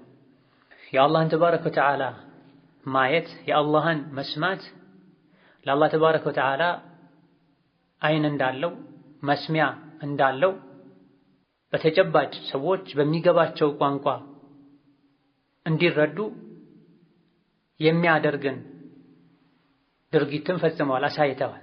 ሰሚዐን በሲራ ሲሉ አውራ ጣታቸውን ጆሮ ላይ፣ አመልካች ጣታቸውን አይናቸው ላይ አስቀምጠዋል። መስማት ሲባል ይሄ እናንተ የምታውቁት መስማት፣ ማየት ሲባል ይሄ እናንተ የምታውቁት ማየት ለማለት ነው እንጂ አላህ ተባረከ ወተዓላ መስሚያው ይሄን ይመስላል፣ አይኑ ይሄን ይመስላል ለማለት ፈጽሞ አይደለም። ኢስባቱ ሲፈቲ ቢልኢሻራ ይባላል። ይሄ ደጋግ ቀደምቶች ዘንድ ይታወቃል። የአላህን ባህሪ ሰዎች በደንብ እንዲረዱት የሆነ ምልክት ያሳያሉ። ምልክት ሲያሳዩ ለአላህ አለው ተብሎ የተነገረው መገለጫ ይሄን ይመስላል ለማለት ሳይሆን ይሄ እናንተ የምታውቁት ራሱ ባህሪ ለአላህ አለው፣ ግን የእናንተና የአላህ ይለያያል ለማለት ነው። አላህ ያያል፣ አላህ ይሰማል አሉ። አላህ ማያ አለው፣ አይን አለው፣ መስሚያ አለው የሚለውን አንቀጽ ሲያነቡ ማየት መስማት ይሄ እናንተ የምታውቁት ማየት መስማት ነው ለማለት በእጃቸው አሳዩ። እንደዚህ ይሰማል እንደዚህ ያያል ግን ለማለት በጭራሽ አይደለም። በሌላም አጋጣሚ ላይ ነቢያችን ሰለላሁ ዐለይሂ ወሰለም አላህ ላይ መሆኑን ለማመላከት አመልካች ጣታቸውን ወደ ሰማይ አንስተዋል። አላሁመ ፈሽሀድ አላሁመ ፈሽሀድ፣ ሰማይ ያለኸው አላህ ሆይ መስክር፣ ሰማይ ያለኸው አላህ ሆይ መስክር፣ ህዝቦቼ መልእክትህን አድርሰሃል እያሉኝ ነው ብለዋል። ወደ ሰማይ እያዩ አላህ ላይ መሆኑን ለማሳየት አመልካች ጣታቸውን አንስተዋል። ላይ መሆኑን ለማሳየት ላይ የመሆኑን ባህሪ ለማጽደቅ አላህ ይሰማል፣ አላህ ያያል። ማየት መስማት ሲባል ሌላ ትርጉም ያለው እንዳይመስላችሁ። ይሄ የምታውቁትን ማየት መስማት አላህ ያያል ይሰማል፣ ግን የሚያየው የሚሰማው እናንተ እንደምታዩት እናንተ እንደምትሰሙት አይደለም። ይሄ ከተወሰደ ለይሰ ከሚስሊሂ ሸይ ከሚል አላህ ይሰማል አላህ ያያል ብንልም እኛ የምናውቀው ማየት መስማት ቁርአን ላይ የተፈለገው እኛ የምናውቀው ማየት መስማት ነው። ግን ሲፋው ሁኔታው የአላህና የሰዎች ማየት የአላህና የሰዎች መስማት በምንም አይገናኝም። አላህ ተባረከ ወተዓላ አይን አለው፣ አላህ ተባረከ ወተዓላ መስሚያ አለው ብለን ቁርአኑን ሐዲሱን መሰረት አድርገን ብናምንም የአላህ ተባረከ ወተዓላ መስሚያ የአላህ አይን ከሰዎች ጋር የሚመሳሰል አይደለም። መስማት ማየት የሚባለው ነገር ግን ሰዎች የሚያውቁት ራሱ እኛ አናውቅም። አዎ አላህ ያያል፣ የአላህ ማየት ማለት ምን እንደሆነ አናውቅም። አላህ ይሰማል፣ የአላህ መስማት ማለት ምን እንደሆነ አናውቅም። ለአላህ እጅ አለው፣ እጅ ምን እንደሆነ አናውቅም አትበሉ ለማለት ነው። እጅ ነው፣ ሰዎች ያውቁታል። የአላህና የሰዎች እጅ ግን ይዘቱ ይለያያል። አላህ ተባረከ ወተዓላ ያያል፣ ማያ አለው። የአላህ አይን የአላህ መስሚያ እንደሆነ እናውቃለን። በትክክል መስሚያ ምን እንደሆነ እንረዳለን። ግን እንዴት ነው የሚያየው? የሚያይበት ምን ይመስላል? አይኑ ምን ይመስላል? አላሁ አዕለም። ይሄን አናውቅም፣ አልተነገረንም። ለይሰ ከሚስሊሂ ሸይ፣ አላህን ተባረከ ወተዓላ የሚመስል በጭራሽ ማንም ምንም የለም ስለተባለ ማለት ነው። ወከዛሊክ በሌላ ሐዲትም ነቢዩ ዓለይሂ ሰላቱ ወሰላም ስለ ቅያማ ሲናገሩ የቅቢዱ ላሁ ሰማዋቲሂ ቢየዲሂ ወልአርዳ ቢልየዲል ኡኽራ፣ አላህ ተባረከ ወተዓላ ሰባት ሰማያትን በአንድ እጁ ምድሮችንም በሌላኛው እጁ ይዞ እየነቀነቃቸው እኔ ነኝ ንጉሱ፣ የት አሉ የዱንያ ንጉሶች ይላል አላህ ብለው ሚንበር ላይ ሆነው ነቢይ ያስተማሩ እጃቸውን እየነቀነቁ አሳይተዋል። እጁን እንደዚህ ይነቀንቃል ለማለት ሳይሆን እጅ መነቅነቅ ማለት ይሄ ነው ለማለት ነው። ሰዎች የምታውቁት እጅ መነቅነቅ፣ ሰዎች የምታውቁት በእጅ ላይ ማድረግ። እጅ ሲባል ሰዎች የሚያውቁትን እጅ ራሱን ነው አላህ የፈለገው ለማለት ነው። ምክንያቱም ለአላህ እጅ አለው የሚለውን የቁርአንና የሐዲስ ጥቅስ ለአላህ አቅም አለው ብለው የሚፈስሩ ስላሉ ማለት ነው። ለአላህ ጸጋ አለው ብለው የሚፈስሩ ስላሉ ማለት ነው። ለአላህ እጅ የለውም ብለው የሚከራከሩ ሰዎች አሉ። ቁርአኑ ሐዲሱስ የድ ያለ እኮ ነው ለአላህ እጅ አለው ያለ እኮ ነው ሲባሉ አይ እዚህ ጋር እጅ ሲባል የተፈለገበት አቅም ማለት ነው። ሊማ ኸለቅቱ ቢየደየ ማለት በአቅሜ ለፈጠርኩት ማለት ነው። የአላህ እጁ ማለት የአላህ ጸጋው ማለት ነው አሉ። ይሄን ማን አለ? ነቢ ብለዋል አላሉም። ሱሐቦች ብለዋል አላሉም። ኢማሙ ሻፊዒ፣ ኢማሙ አሕመድ፣ አቡ ሐኒፋ፣ ኢማም ማሊክ ብለዋል አላሉም። ከየት አመጣችሁት? ከሶስተኛው ከአራተኛው ክፍለ ዘመን በኋላ የአላህን ስምና ባህሪያት አምነን አንቀበልም፣ ለአላህ ባህሪያት ካሉት ከፍጡራን ጋር ይመሳሰላል የሚል አመለካከት ያላቸው ከዝናቡ ሸሽተው አሸንዳ ላይ የሚቆሙ ሰዎች የአላህን ባህሪ ካጸደቀን አላህን ከፍጡራን ጋር እናመሳስላለን ብለው አለኝ ያለውን ባህሪ ግን የመካድ ወንጀል ላይ የወደቁ ሰዎች ያመጡት ፈሊጥ ነው እንጂ ሱሐቦችም ታቢዒዎችም ይሄን ብለው አያውቁም። ስለዚህ ነብዩ ሰለላሁ ዐለይሂ ወሰለም ሚንበር ላይ ሆነው ሰማይና ምድርን እጁ ላይ ይዞ ይነቀንቃል ሲሉ እጃቸው ሚንበር ላይ ሆነው ነቅነቀው ያሳዩት እንደዚህ ይነቀንቃል ለማለት ሳይሆን እጅ ማለት ይሄ ነው፣ መነቅነቅ ማለት ይሄ ነው። ግን የእጁ ሁኔታ ያነቃነቁ ሁኔታ አላህን ነው የሚመስለው፣ የሰው ሰውን ነው የሚመስለው። ነገር ግን ቁርአኑ የወረደው በአረብኛ ነው። በአረብኛ የምታውቁት እጅ ነው እጅ ሲባል የሚነገራችሁ። በአረብኛ የምታውቁት መናገር ነው አላህ ይናገራል ተብሎ የሚነገራችሁ። በአረብኛው የምታውቁት መስማት ነው ማየት ነው። በአረብኛው የምታውቁት መስሚያና አይን ነው ስለ አላህ እየተነገራችሁ ያለው። ቋንቋው በሚያስረዳው መሰረት እጅ ከተባለ እጅ ነው እኛ የምናውቀው እጅ በእጅ ደረጃ ማለት ነው። ነገር ግን ለአላህ ሲሆን የምናጸድቀው እጅ አላህን የሚመስል ነው። የምናጸድቀው መሳቅ አላህን ራሱን የሚመስል ነው። ለአላህ የምናጸድቀው ማንቀሳቀስ መነቅነቅ አላህን ራሱ የሚመስል ነው።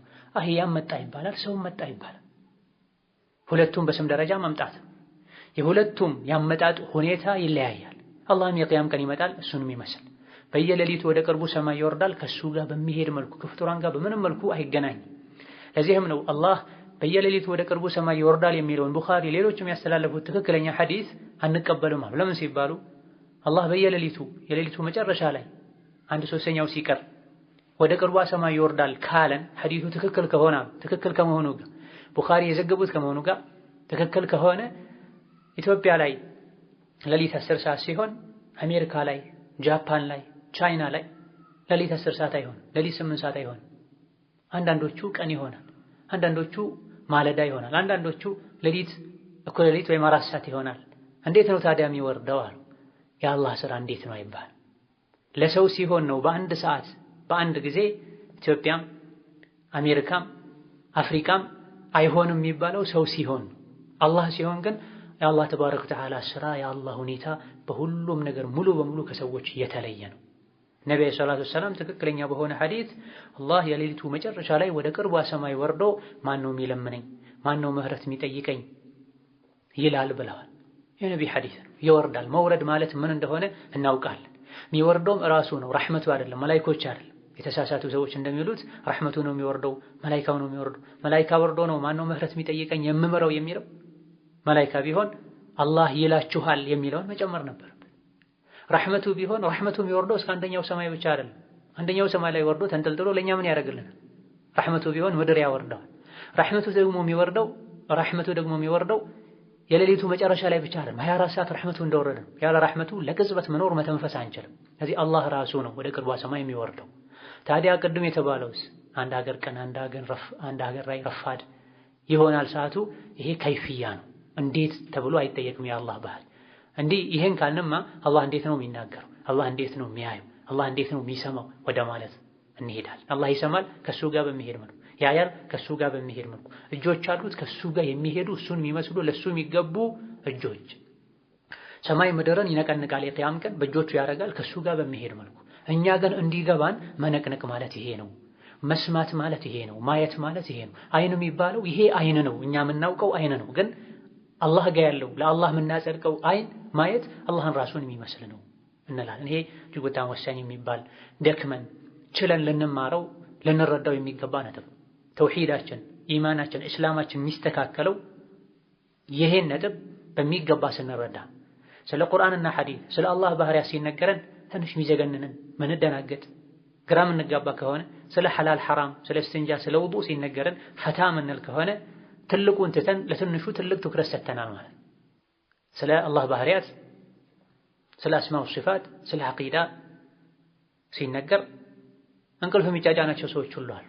የዐቂዳው ጣዕም ስላልገባቸው በትክክል ቢገባን 24 ሰዓት ሁሌ ስለ ዐቂዳ ስለ አላህ ደጋግሞ ቢነገረን እንመኛለን።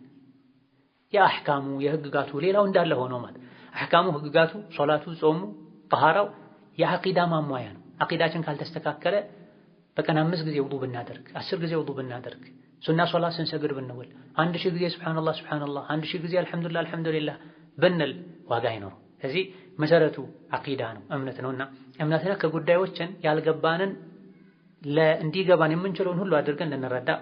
ስለ አላህ ባህሪያት ሲነገረን ከፍጡራን ጋር ማመሳሰል መስሎ ከታየን እንዲህ አይነት ችግር ገጠመኝ እንዴት ነው ይሄን ማስወገድ የምችለው ብለን ጠይቀን ልንረዳ እንጂ ከእንደዚህ አይነት ነጥቦች ልንሸሽ አይገባን። ነዓም እድሜያቸው በጣም የገፋ ዒልምን ምንም ያልቀመሱ አዲስ ወደ ኢስላም የገቡ ሰዎች ለምሳሌ እዚህ ጋር ነብዩ ሰለላሁ ዐለይሂ ወሰለም እጃቸውን አውራጣታቸውን ጆሮአቸው ላይ አመልካቹን አይናቸው ላይ ያስቀምጡ የሚለውን ከዕልሙ 100% ሩቅ ለሆነ ሰው በዚህ መልኩ ማስረዳት አይገባም። አሁን ባብራራሁት መልኩ ያለውን ልዩነት ላይረዱ ስለሚችሉ አላህን ከፍጡራን ጋር ማመሳሰል ስለሚመስላቸው ነብዩ ሰለላሁ ዐለይሂ ወሰለም ሚንበር ላይ ሆኖ አላህ ሰማይን በአንድ እጁ ምድርን በሌላኛው እጁ አድርጎ ከዛ ይነቀንቃቸዋል ሲሉ እጃቸውን ነቅንቀው አሳዩ የሚለው የኔ እጅ የአላህን እጅ ይመስላል የአላህ እጅ ማለት ይሄ ነው ማለት ተፈልጎ ሊመስለው ስለሚችል ምንም ዒልም ያልቀመሰ ከዑለሞች ጋር ማይቀመጥ እግረ መንገዱ ብቻ ዛሬ ቁጭ ብሎ አድምጦ ነገ የዛሬ ሳምንት ሊመጣ የማይችል ሰው ባለበት በዚህ መልኩ ከመናገር መታቀብ የተሻለ ይሆናል። ነገር ግን ዕውቀት ፈላጊ ጊዜውን ጉልበቱን ለዕውቀት የሰጠ ለማወቅ የተዘጋጀ ሰው ከሆነ ሁሉም ነገር ማወቅ አለበት። ስለ ዐቂዳ ስለ አስማው ሲፋት ስለ አላህ ባህሪያት ጃሂል የሆነ ሰው ዘንድ አታውሩ አይባል። ቀድሞ ይሄን ሊያውቅ ይገባዋል። የአላህ ስምና ባህሪያት ግልጽ ናቸው። የውዱእ አደራረግን የእስትንጃ አደራረግን የዘካ አወጣጥን የጀናባ የሐይድ ትጥበትን እንደምናውቀው እንደምንረዳ ሁሉ እነዚህንም ልንረዳቸው የምንችላቸው ቀላል ግልጽ ነጥቦች ናቸው። ከሌሎቹ በላይ ቅድሚያ ሰጥተን ልናውቃቸው የሚገቡ ነጥቦችም ጭምር ናቸው። ይሄን ካላረገን እኛ ከሸሸን ሌሎች ይጫወቱብናል። ለአላህ ያለውን ባህሪ የለውም ይሉናል። ለአላህ የሚገባውን አይገባውም ይሉናል። ዘመኑ ጀህልና የተስፋፋበት ጃሂሎች በድርቅና በድፍረት ብቻ ቡኻሪ ሙስሊም የዘገቡትን ሐዲስ የለም ትክክል አይደለም ضعيف ነው ዑለሞች እንዲህ ብለው ፈስረውታል ያሉ የሚፈላሰፉበት ዘመን ላይ ደርሰናል።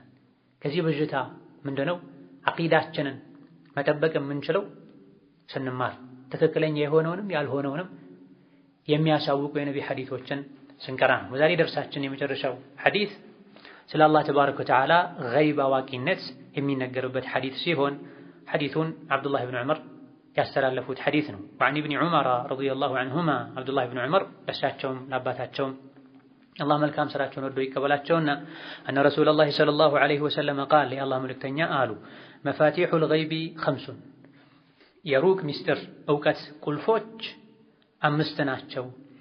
ላ ያዕለሙሃ ኢለላሁ አላህ እንጂ ማንም አያውቃቸው። አንደኛው ላ ያዕለሙ ማ ፊ ገዲን ነገ የሚሆነውን ነገር አያውቅም ኢለላህ አላህ እንጂ። ወላ ያዕለሙ ማ ተጊዱል አርሓሙ ማህፀን ውስጥ ያለውን ነገር አያውቅም ኢለላህ አላህ እንጂ። ወላ ያዕለሙ መታ ያእቲል መጠሩ መጠር ዝናብ መች እንደሚመጣ አያውቅም አሐዱን ማንም ኢለላሁ አላህ እንጂ። ወላ ተድሪ ነፍሱን አንዳች ነፍስ አታውቅም ቢአይ አርድን ተሙቱ የተኛው ሀገር ላይ የት አካባቢ ላይ እንደምትሞት አታውቅም ኢለላሁ አላህ እንጂ። ነፍስን የፈጠረው ጌታ እንጂ የተኛዋም ነፍስ የነፍስ ባለቤት የት እንደሚሞት አያውቅም። ወላ ያዕለሙ መታ ተቁሙ ሰዓቱ ቅያማ መች እንደሚቆም አያውቅም ኢለላሁ አላህ እንጂ። ተባረከ ወተዓላ የተቀደሰ የተባረከና ከፍ ያለው አላህ ሲቀር። አልሐዲስ ረዋሁል ቡኻሪዩ ወሙስሊም ቡኻሪና ሙስሊም ዘግበውታል።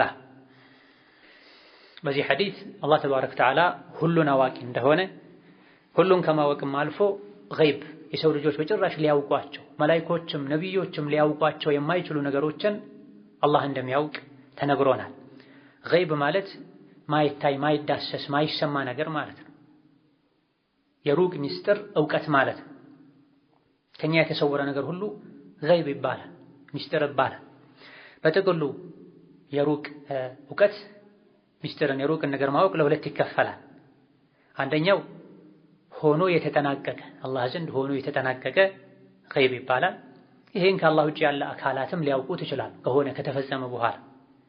ሁለተኛው ያልሆነ ሩቅ የሆነ ግን ያልሆነ ያልተፈጸመ የገይብ አይነት አለ። ይሄን ከአላህ ውጭ ማንም አያውቅ። ያልሆነውን ያልተፈጸመውን እንደሚሆን ግን አላህ በእቅድ ጽፎ ያስቀመጠውን ከአላህ ውጭ ማንም አያውቅ። የተፈጸመው የሆነውን ግን ከአላህ ውጭ አላህ ያሳወቃቸው አካላት ሊያውቁ ይችላሉ። ሆኖ ያለፈ ሁሉ የሰው ልጆች ያላወቁት የገይብ አይነት ሊኖር ይችላል። ጂኖች ሊያውቁት ይችላል።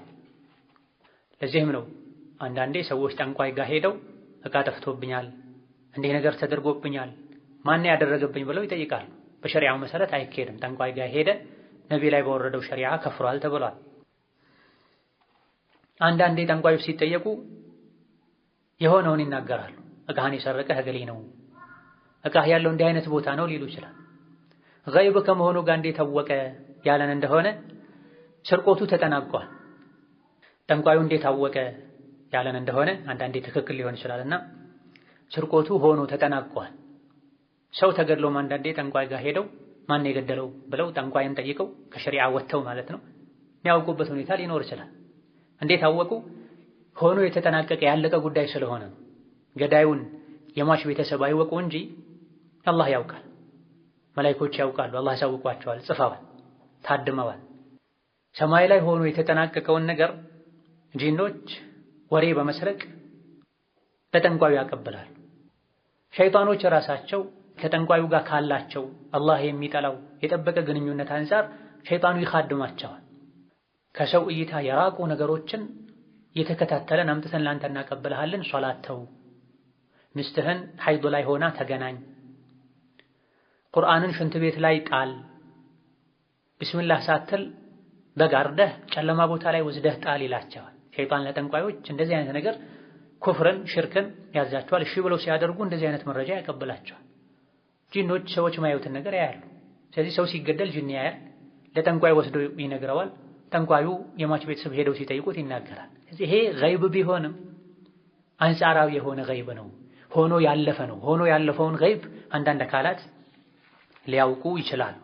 ወዐንደሁ ዒልሙል ገይቢ መፋቲሑል ገይቢ ኸምሱን ላ ያዕለሙሃ ኢለላህ ነው። መፋቲሕ ማለት ቁልፎች ማለት የገይብ የሩቅ እውቀት ቁልፎች ዋና ዋና ነገሮች 5 ናቸዋል። አንደኛው ላ ያዕለሙ ማ ፊ ገድን ኢለላህ፣ ነገ የሚሆነውን ከአላህ ውጪ ማንም አያውቅም። አላህ ተባረከ ወተዓላ የሆነውን ያልሆነውን ወደፊት የሚሆነውን የማይሆነውን እንኳ ቢሆን እንዴት ሊሆን እንደሚችል ያውቃል። የሆነውን ሁሉ ያውቃል። ሁሉም የሰው ልጆች ያደረጉትን አላህ ጠንቅቆ ያውቃል። ከማድረጋቸው በፊትም ጽፎታል። እስካሁን ያልሆኑ ወደፊት የሚሆኑ ነገሮችንም ያውቃል። እኛ ነገም እንደምንሰራ እናውቅ፣ እቅድ ይኖረናል። ዛሬ ከሰዓት ምን እንደምናደርግ፣ ምሽት ላይ ምን እንደምንሰራ በግምት ደረጃ እናውቅ ይሆናል። ግን ያ ያቀድነው የገመትነው ሁሉ ይሆናል አይሆንም እርግጠኞች አይደለንም። 8 ሰዓት ላይ እገሌ ከሚባል ሰው ጋር ቀጠሮ አለኝ ያለ ሰው ወደ ቀጠሮው ሳይሆን ወደ ሌላ ጉዳይ ሊሄድ ይችላል። ያ ሰዓት ሳይደርስ ሊሞት ይችላል። ያ ሰዓት ሳይደርስ ሊታመም ይችላል። ያን ቀጠሮ ረስቶት ሊያልፍ ይችላል፣ ላያደርገው ይችላል። ስለዚህ የኛ እቅድ ማውጣት አንድ ነገር ነው፣ ያቀድነውን ማድረግ ሌላ ነገር። አንዳንዴ ያቀድነው ሁሉ ሊደረግ ይችላል፣ እንደሚደረግን እርግጠኞች አይደለንም። ከሆነ በኋላ ነው መሆኑን ያረጋግጥን። አላህ ግን በትክክል የሚሆነውና ማይሆነውን ያውቃል። በነገረት ማይሆኑ ነገሮችን ቢሆኑ እንዴት ሊሆኑ እንደሚችሉ ያውቃል። ያኒ ማይሆኑ ነገሮች አሉ፣ በጭራሽ ምድር ላይ ማይከሰቱ ማይሆኑ ነገሮች አሉ። ቢሆኑ ግን እንዴት ሊሆኑ እንደሚችሉ ያውቃል። ለምሳሌ የጀሃነም ሰዎች በጀሃነም ሲነዱ ሲቃጠሉ ወደ ዱንያ በተመለሰን አምነን ተስተካክለን በመጣን ይላሉ። አላህ ተባረከ ወተዓላ ውሸታሞች ናቸው። ወደ ዱንያው እንኳ ቢመለሱ ወደ ተከለከሉት መጥፎ ስራቸው ይመለሳሉ አለ።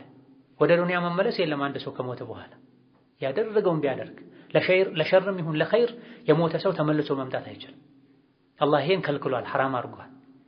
የሳት ሰዎች አንዴ ወደ ዱንያ በተመለሰን እድል ቢሰጠን እናምን ነበር እንስተካከል ነበር ሲሉ ወለው ሩዱ ለዓዱ ሊማንሁ ዐንሁ ወኢነሁም ለካዚቡን ብለው ወደ ዱንያ ቢመለሱ ድሮ የተከለከሉትን ጥፋት መልሰው ያጠፉ ነበር። ውሸታሞች ናቸው። አይመለሱም። ቢመለሱ ምን ሊሆን እንደሚችል ግን አላሁ ተዓላ ያውቃል። በዚህ እውቀቱ ልክ ልንፈራው ልንጠነቀቀው ይገባል። ከሰዎች ብዙ ነገር ልንደብቅ እንችላለን፣ ከአላህ ምንም አንደብቅ። ወላ ያዕለሙ ማ ተጊዱ አልአርሓሙ ኢለላህ፣ ማህፀን ውስጡ ላይ የያዘውን ከአላህ ውጪ ማንም አያውቅም። ማህፀን ውስጥ ያለውን ማህፀን ውስጥ ስላለው ነገር ሁሉን ነገር ከአላህ ውጪ ማንም አያውቅም። መላኢኮችም ቢሆን ስለ ጽንስ እድሜው ስንት ነው፣ አጀሉ እስከ መቼ ነው፣ የሚበላው ምንድነው፣ የሚሸራው ምንድነው፣ ሸቂ ነው ሰዒድ ብለው ይጽፋሉ። ይሄን ጠይቀው ነው የሚጽፉት። ይሄን እንኳ መላኢኮች ጠይቀው ነው የሚጽፉት። ይሄንም የሚያውቁት ከተወሰነ ጊዜ በኋላ። አላህ ግን ስለ ማህፀን የሚያውቀው ማህፀን ውስጥ ስላሉ ፍጥሮች ጽንሶች የሚያውቀው ሁሉን ነገር ነው። ሁኔታውን፣ ጤንነቱን፣ እድገቱን፣ ምግቡን ኢላ ገይሪ ዛሊክ ያውቃል በዝርዝር ማለት ነው። የሰው ልጅ የደረሰበት የእውቀት ደረጃ ላይ እንኳ ቢደርስ ስለ ጽንስ ይሄን ሁሉ ነገር አያውቅም። አንዳንድ ነገሮችንም ማወቅ የሚችሉት ከተወሰኑ ሳምንቶች ከወራቶች በኋላ ነው። ቢበዛ በዘመናዊ ምርመራ ጽንስ መኖሩን ብቻ ነው ሰዎች የሚያውቁት የመጀመሪያ ሳምንቶች ላይ። ከተወሰኑ ሳምንቶች በኋላ ከወራቶች በኋላ ጾታውን መናገር ይችላሉ በመሳሪያ ታግዘው እንጂ ገና ጽንስ በተፈጠረበት የመጀመሪያ ሁለተኛ ሶስተኛ ሳምንት ላይ ወንድ ነው ሴት አይሉም፣ ያውቃሉ ልካቸው። እንደዚሁ ደግሞ ጾታውን ምኑን እንኳን ቢናገሩ የጀነት ነው አይደለም፣ ተወልዶ ይኖራል አይኖርም፣ ጥሩ ስራ ይሰራል አይሰራም፣ ሪዝቁ ሰፊ ነው ጠባብ አያውቁ። አላህ ግን ማህፀን ውስጥ ስላለ ነገር ያውቃል ሲባል ስለ ጽንሱ ሁሉን ነገር ነው የሚያውቀው። መቼ ይወለዳል፣ በየትኛው ደቂቃ፣ በየትኛው ሰከንድ፣ የት ሆስፒታል፣ የት ሀገር፣ የት ቤት፣ የማን ቤት አላህ ያውቃል። ተወልዶ ምን ያክል ጊዜ ይኖራል፣ ምን ያክል ርዝቅ ይኖረዋል፣ የጀነት ነው የጀሃነም፣ የሚሰራው ስራ ሷሊህ ነው ጣሊህ፣ አላህ ያውቃል። እናውቃለን የሚሉ የጤና ባለሙያዎች የሚያውቁት ጾታን ነው። የሚወለዱበትንም ቀን አያውቁም። ጾታንም የሚያውቁት ከተወሰነ ጊዜ በኋላ የዛሬ ሳምንት ትወልጃለሽ ነይ ትባላለች። ከዛ በኋላ 3 4 5 ሳምንታት ያልፋል። የዛሬ ሳምንት 15 ቆይተሽ ምጥ ካልጀመረሽ ነይ ይላሉ። በሶስተኛው ቀን ምጥ ጀምሯት ትሄዳለች። አላህ ግን ስለ ጽንሱ ሁሉንም ነገር ነው የሚያውቀው። እሱ የማያውቀው የለም። ስለዚህ ማህፀን ውስጥ ያለውን አላህ እንጂ ማንም አያውቅም ይላል ሐዲሳችሁ። ግን ይኸው ዛሬ በዘመናዊ መሳሪያ ሐኪሞች የጽንስን ጾታ እያወቁ ነው ይባላል። አንድ ነገር ነው ያወቁት፣ እሱንም ከጊዜ በኋላ ነው፣ እሱንም በመሳሪያ ታግዘው። ጽንሱን ያወቁት ከጊዜ በኋላ አላህ ሳውቋቸው። ሌላ ኢማም ሙስሊም ከአብዱላህ ብን መስዑድ በዘገቡት ሐዲስ አንዳችሁ የፍጥረቱ መነሻ የሆነው የዘር ፈሳሽ እናቱ ማህፀን ውስጥ ለ40 ቀን የዘር ፈሳሽ ሆኖ ይቆያል። ከዛ በኋላ የረጋ ደም ሆኖ ለ40 ቀን ይቆያል። ከዛ በኋላ የታኘከ ስጋ መስሎ አንድ የሚጎረስ የታኘከ ስጋ መስሎ ለ40 ቀን ይቆያል። ከነዚህ ከ3 40ዎች በኋላ አላህ ተባረከ ወተዓላ መላኢካ ወደ ሴት ልጅ ማህፀን ይልካል። እሱ በሚያውቀው መልኩ መላኢካ አብሮን አለ። አሁንም በተለይ የዒልም ቦታ ላይ አብሮ መላኢካ አለ።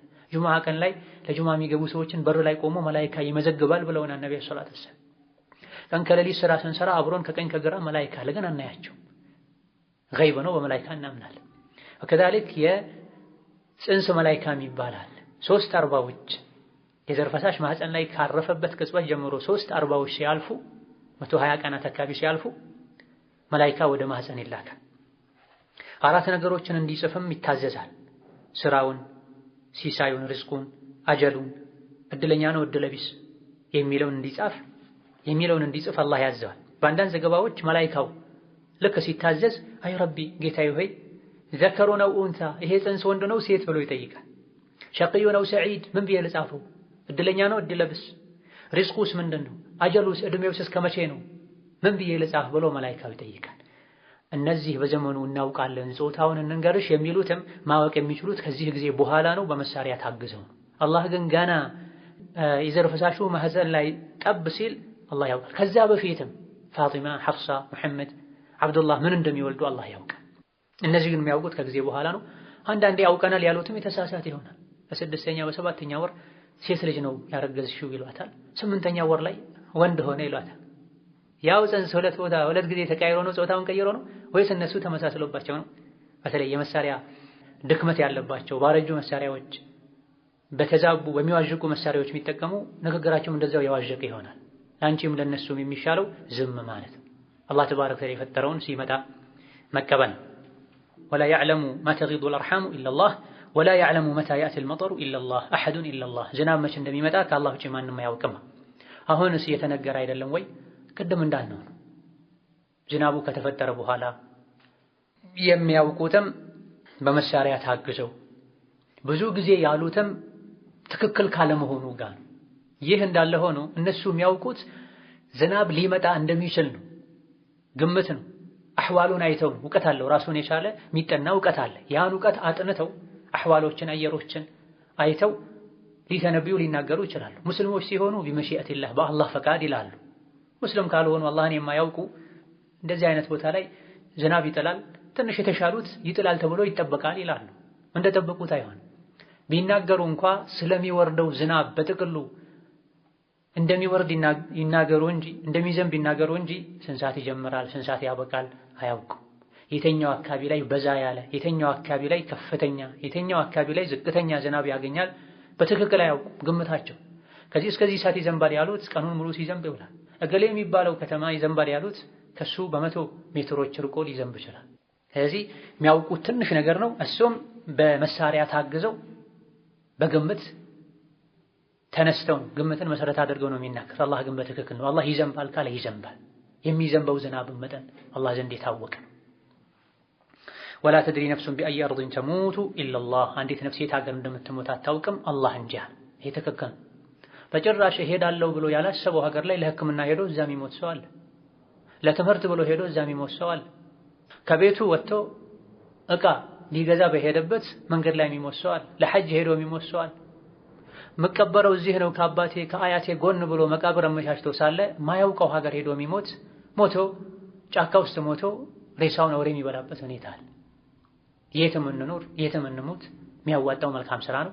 መቼና የት እንደምንሞት ስለማናውቅ መልካም ስራ ልንሰራ መልካም ስራ ልናበዛ፣ ሁሌ ሞትን ልንፈራ ልንጠነቀቅ ይገባናል። የት እንደምንሞት አናውቅምና ነፍሳችን ያለው በአላህ እጅ ነው። ተወብቼ ተስተካክዬ እቺን ወንጀል ትቼ እሞታለሁ የሚል ሞኝ ሰው ያን ወንጀል እስክንተው ድረስ አጀል አለን እድሜ አለን የለንም አናውቅም። በእኛ ምርጫና ፍላጎት አይደለም የምንሞተው። እኛ ራሳችን የጻፍነውን እቅድ አይደለም የምንኖረው የምንመራው፣ የተጻፈለንን እቅድ ነው የተጻፈለንን ነገር ነው የምንኖረው። ስንወለድ አላህ አማክሮ አይደለም የፈጠረን፣ ስንሞትም እንደዛ። ምጥ በድንገት ነው ሴት ልጅ ላይ የሚከሰተው፣ ሞትም እንደዚሁ። ወላ ያዕለሙ መታ ተቁሙ ሰዓቱ ኢለላሁ ተባረከ ወተዓላ፣ ቅያማ መቼ እንደምትቆምም ከአላህ ውጪ ማንም አያውቅም። ኢዘን ዱንያ መቼ እንደምታበቃ ማንም አያውቅም። ከዱንያ በግለሰብ ደረጃ ማንም መቼ እንደሚወጣ ማንም አያውቅም። ነገም እንደሚገጥመው ማንም አያውቅም። የኛ የምትባለው አሁን ያለንባት ደቂቃ ናት። እንግዶች ነን፣ መንገደኞች ነን። ልንሄድ እንችላለን። ቆሸን የሚያሳፍርን ነገር ተሸክመን ላለመሄድ ሁሌ ንጹህ ልንሆን፣ ለአኼራ ጥሪ መልስ ለመስጠት ዝግጁ ልንሆን ይገባናል። የዛሬ ደርሳችን እዚህ ያበቃል። ወቢላሂ ተውፊቅ። ወሰላሙ አለይኩም ወረሕመቱላሂ ወበረካቱሁ።